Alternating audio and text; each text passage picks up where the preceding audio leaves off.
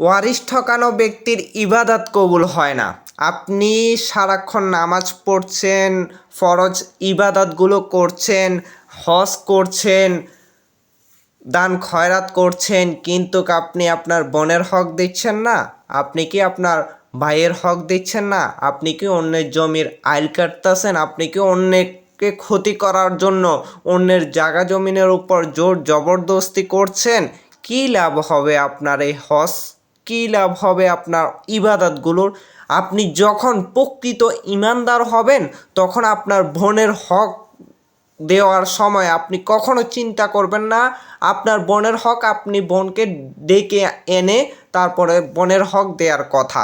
কিন্তু যখন আপনার বোনের হক দেওয়ার কথা আসে তখন আপনার মুখে আর কথা আসে না। আপনার অনেক কষ্ট হয় বোনের হক দিতে। এটা মনে রাখবেন, এই আয়াতটাই আপনার জন্য যথেষ্ট। ওয়ারিশ ঠকানো ব্যক্তির ইবাদত কবুল হয় না। আপনি যে ফরজ ইবাদতগুলো করছেন এগুলো কষ্ট করে করছেন, এই ইবাদতগুলো কবুল হওয়ার জন্য আপনার বোনের হকগুলো দিয়ে দেন।